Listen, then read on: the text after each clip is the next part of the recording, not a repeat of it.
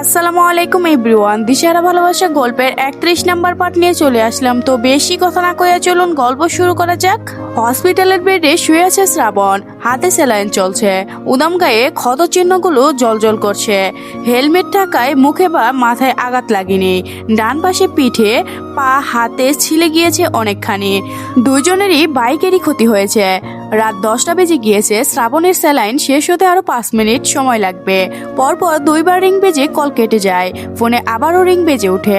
চোখ মেলে তাকায় শ্রাবণ, হাসানের দিকে তাকিয়ে বলে কে কল করেছে। হাসান ফোন হাতে নিয়ে স্ক্রিনে তাকিয়ে বলে ডাইনির 2 নাম্বার বাচ্চা। হাসানের কথা শুনে বাকি 4 জন হু হু করে হেসে উঠে। হাসান ওদের ধমক দিয়ে বলে এ চুপ কর, এটা হসপিটাল। 4 জন চুপ হয়ে যায়। শ্রাবণ হাত বাড়ায় ফোন হাতে নেওয়ার জন্য। হাসান ফোন দেয় শ্রাবণের হাতে।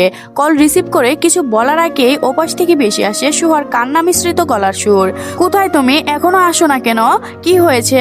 ভয় করছে আমার, দ্রুত আসো, ফ্ল্যাটে যেন কি আছে। আগের চেয়েও বেশি কান্না করে দিয়েছি সুহা। শ্রাবণ গম্ভীর সুরে বলে আসছে, একটু তাড়াতাড়ি আসো। শ্রাবণ কল কেটে দেয়। স্যালাইনের দিকে তাকিয়ে নিজের হাতের দিকে তাকায়। কেউ কিছু বুঝে ওঠার আগে ওয়ান টাইম ব্যান্ডেজটা খুলে সুই খুলে ফেলে হাত থেকে।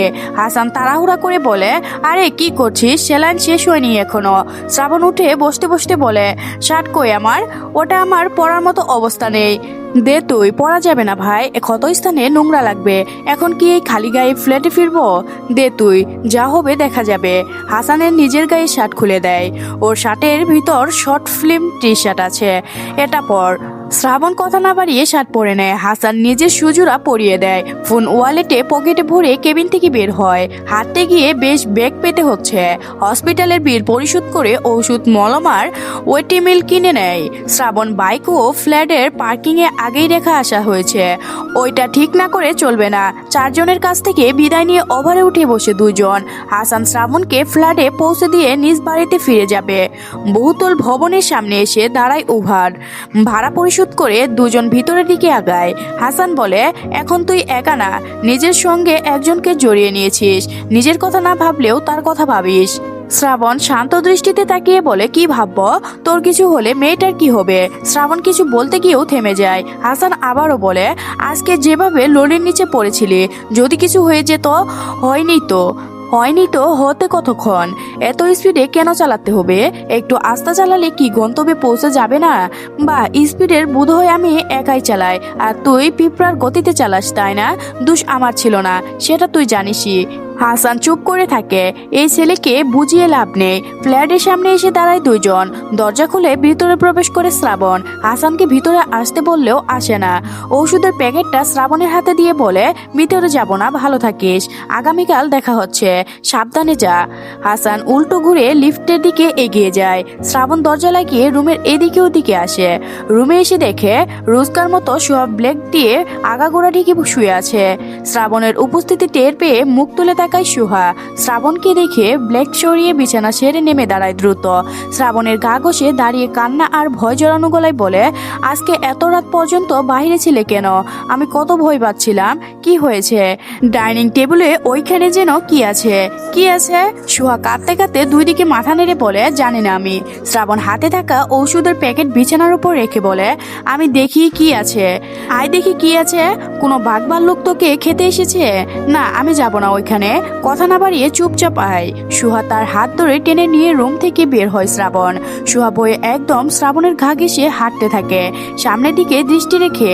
হেসকি তুলে কাঁদছে এখনো। শ্রাবণ সুহার দিকে তাকায় একবার। একটা মানুষ এত ভয় কিভাবে পায়? ডাইনিং টেবিলের কাছে এগিয়ে এসে দাঁড়ায় 2 জন। শ্রাবণ আশপাশে নজর ভুলিয়ে বলে কোথায় কি? এখানে তো কিছুই নেই। ছিল, আমি কাঁচ ভাঙার আওয়াজ শুনেছিলাম। শ্রাবণ ফ্লোরের দৃষ্টি ভুলায়।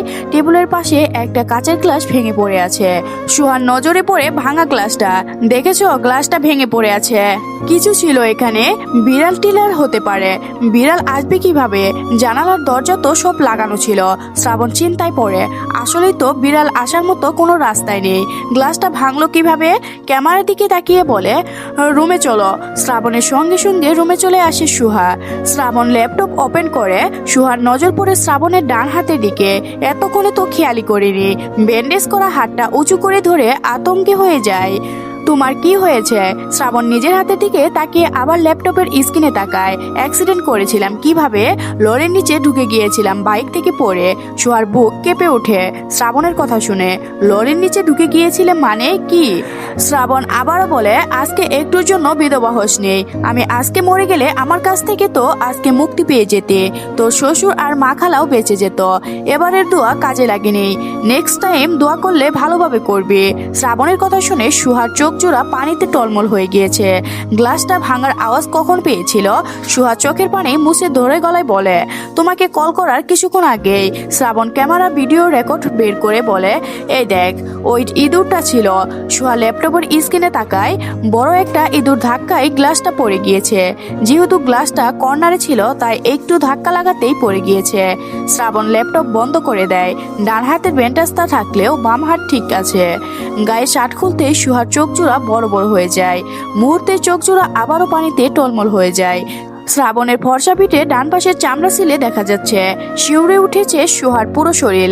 ডুকরে কেঁদে উঠে পিঠের দিকে তাকিয়ে থেকে শ্রাবণ ঘুরে দাঁড়ায়। সুহার মুখের দিকে তাকায়। সুহা মুখ তুলে শ্রাবণের মুখের দিকে তাকিয়ে মেদুর দুগাল বেয়ে ঝরঝর করে পানি গড়িয়ে পড়ছে। ঝাপসা চোখে ঝাপসা দেখছে শ্রাবণের চেহারা। শ্রাবণ বিরক্ত সুরে বলে, আবার কি হয়েছে? কাঁদছিস কেন? সুহা কাঁদতে কাঁদতে বলে, তোমার পিঠ কেমন হয়ে গিয়েছে? তো তোর কি? তোর তো হয়নি। অনেক ব্যথা করেছে? না, যা টাওয়ালে ভিজিয়ে নিয়ে আয়। সুহা কিছুক্ষণ শ্রাবণের মুখের দিকে তাকিয়ে থেকে ওয়াশরুমে প্রবেশ করে টাওয়ালে ভিজিয়ে নিয়ে আসার জন্য। শ্রাবণ হাতের শার্টটা রেখে কাবার থেকে 2 কোয়ার্টার প্যান্ট বের করে শুকনো একটা টোয়ালে বের করে ড্রেসিং টেবিলের সামনে দাঁড়িয়ে নিজের পিঠের দিকে তাকায়। দেখে মনে হচ্ছে চুয়ে চুয়ে রক্ত পড়ছে। কেমন লাল লাল সাদা সাদা হয়ে আছে, বিশ্রী দেখাচ্ছে। ড্রেসিং টেবিলের সামনে থেকে সরে এসে বিছানার সামনে দাঁড়ায়। হাতের টোয়ালে আর 3 কোয়ার্টার প্যান্ট বিছানার উপর রেখে পরনের প্যান্টটা খুলে ফেলে। প্যান্টটা খুলতে গিয়েও ঝামেলায় পড়ে যায়। নিচু হতে পারছে না, পিঠে ব্যথা পাচ্ছে। ডান পায়ে ছুলে যাওয়ার জায়গাটায় ব্যথা লাগছে। সুহা টোয়ালে ভিজিয়ে ওয়াশরুম থেকে বেরিয়ে আসে। টোয়ালের টুলের ওপর রেখে এইখানে আয়। টোয়ালে রেখে শ্রাবণের কাছে এগিয়ে আসে সুহা। শ্রাবণ কোমরের টোয়ালে পেঁচিয়ে দাঁড়িয়ে আছে। প্যান্টটা খুলে দে। সুহা শ্রাবণের মুখের দিকে তাকিয়ে থাকে ফেলফেল করে। এত বড় একটা ছেলের প্যান্ট খুলে দিবে ও? কথা কানে যাচ্ছে না? কানের নিচে দিতে হবে নাকি একটা? আমি প্যান্ট খুলে দিব। হ্যাঁ, আমি একা খুলতে পারছি না, ডান পা ছুলে গিয়েছে। এটা সাবধানে খুলবি। কথাগুলো বলে বিছানায় বসে একা একা কিছুটা খুলে ফেলছিল, বাকিটা সুহা খুলে দেয় সাবধানে। ডান পায়ে হাঁটুর নিচ থেকে বাজে অবস্থা। সুহার 2 চোখ বেয়ে টপ টপ করে পানি গড়িয়ে পড়তে শুরু করে। আবার এত ব্যথা পেয়েও এই ছেলে এত স্বাভাবিক আছে কিভাবে? ওর আঘাত দেখে তো সুহারই ভীষণ কষ্ট হচ্ছে। প্যান্টটা পরিয়ে দে। সুহা মুখ তুলে তাকায়। শ্রাবণ প্যান্টটা সুহার দিকে বাড়িয়ে দেয়। সুহা চোখের পানি মুছে প্যান্টটা হাঁটুর ওপর তুলে দেয়। বাকিটা শ্রাবণ নিজেই পরে নেয়। কোমরে শুকনো তোয়ালে খুলে এগিয়ে গিয়ে ভিজে তোয়ালাটা হাতে তুলে নেয়।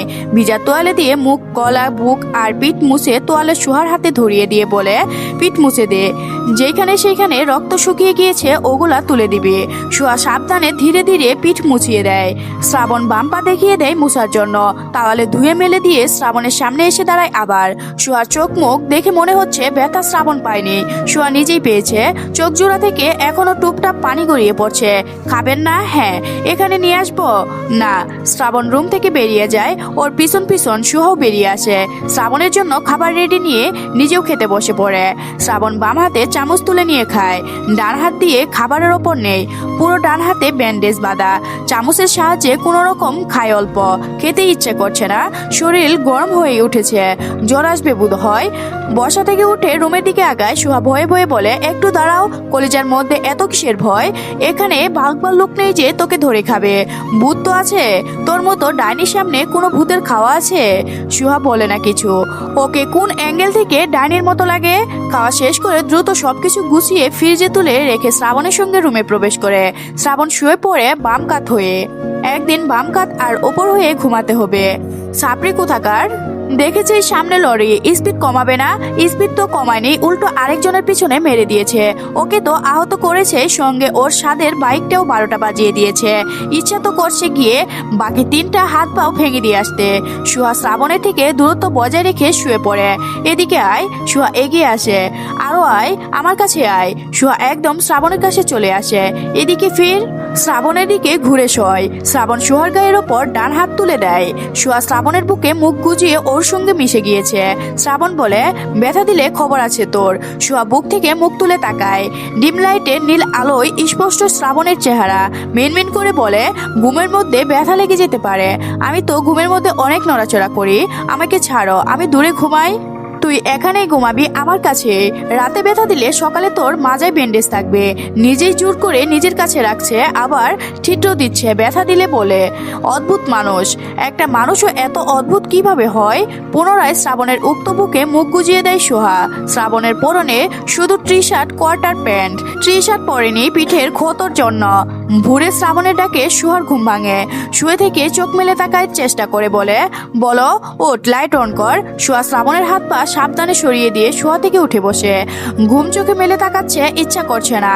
আরো কিছুক্ষণ ঘুমাতে পারলে ভালো লাগতো। বিছানা ছেড়ে নেমে লাইট অন করে। শ্রাবণের দিকে তাকাতে শ্রাবণ বলে, ওষুধের প্যাকেটটা নিয়ে আয়। সোহা প্যাকেটটা নিয়ে আসে। শ্রাবণ খুলে ভিতর থেকে একটা ওয়েটমেট বের করে সোহার দিকে এগিয়ে দিয়ে বলে, ছিল জায়গাগুলোতে দিয়ে দে। সোহা শ্রাবণের পাশে উঠে বসে বিছানায়। শ্রাবণ ওপর হয়ে শুয়ে। কত স্থানে শুকিয়ে টান টান লাগছে এখন। নড়াচড়া করলেই বোধহয় চামড়ার ফেটে রক্ত বেরিয়ে আসবে এমন মনে হচ্ছে। ব্যথাও করছে ভীষণ। রাতে ঔষধের প্রভাবে সেরকম কিছু অনুভব হলেও এখন নড়তেও ইচ্ছা করছে না। ব্যথায় টটটট করছে পুরো শরীর। পিঠ, হাত পায়ে সব ক্ষত স্থানে অমিটন লাগিয়ে দেয় সোহা। অমিটনের লাগানোর পর একটু টান কমেছে।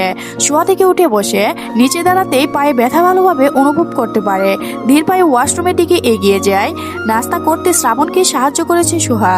সাহায্য করেছে বলতে সোহা নিজের হাতেই খাইয়ে দিয়েছে ওকে। বাম হাতে খেতে পারছিল না শ্রাবণ। চামচ দিয়ে তো আর পুরোটা শেষ করতে পারছে না। নাস্তা সেরে ওষুধ খেয়ে বিছানায় উঠে বসে জানালার দিকে মুখ করে। সোহা শ্রাবণের ইউজ করা ড্রেসগুলো ওয়াশরুমে মেশিন দিয়ে ধুয়ে নেয়। রুমে ফিরে এসে দেখে শ্রাবণ উদাস হয়ে তাকিয়ে আছে বাইকের দিকে। পিঠের ক্ষত দগদগে হয়ে আছে। যতবার ক্ষতগুলোর দিকে নজর পড়ে ততবারই সোহার শরীর শিউরে ওঠে। কত বাজেভাবে না আঘাত পেয়েছে। তাকিয়ে থাকতে থাকতে সোহার মনে হয় শ্রাবণ কাঁদছে নিঃশব্দে। চোখের পানি মুছলেও এমনটা দেখলো। আগাবে না করেও আগায় সোহা। এসে দাঁড়ায় শ্রাবণের পাশে। ভয়ে ভয়ে কম্পিত সুরে বলে, কি হয়েছে তোমার? শ্রাবণ প্রশ্ন করা পছন্দ করে না, এটা সোহা জানে। ওকে কোনো প্রশ্ন করার আগে কয়েকবার ভাবতে হয় সোহার। শ্রাবণ গম্ভীর সুরে বলে, বিরক্ত না করে যা এখান থেকে। কি হয়েছে তোমার? যেতে বলছি তো। কাঁদছো কেন তুমি? শ্রাবণ ঘুরিয়ে তাকায় সোহার দিকে। সোহা ভয়ে পিছিয়ে যায় অনেকটা। শ্রাবণ বসা থেকে উঠে দাঁড়ায়, সোহার দিকে এগিয়ে বলে, আজকের দিনে তোর মা আমার বোনকে খুন করেছিল। শ্রাবণের গলার সুর আর চেহারা দেখে ভয়ে সোহার শুকনো ঢুক গিলে যায়। কেমন আগ্রহী হয়ে উঠেছে। চোখ মুখ কেমন হিংসু হয়ে গিয়েছে। কেন আগ বাড়াতে জিজ্ঞাসা করতে গেলাম। ওকে ওর মতো থাকতে দিলেই তো হতো। এখন কি হবে ওর? শ্রাবণ কি করবে ওর সঙ্গে? আজকের গল্পটি এ পর্যন্ত শেষ হয়ে গেল। পরবর্তী পার্ট পেতে অবশ্যই চ্যানেলটি সাবস্ক্রাইব করে রাখবেন। ধন্যবাদ সবাইকে, ভালো থাকবেন।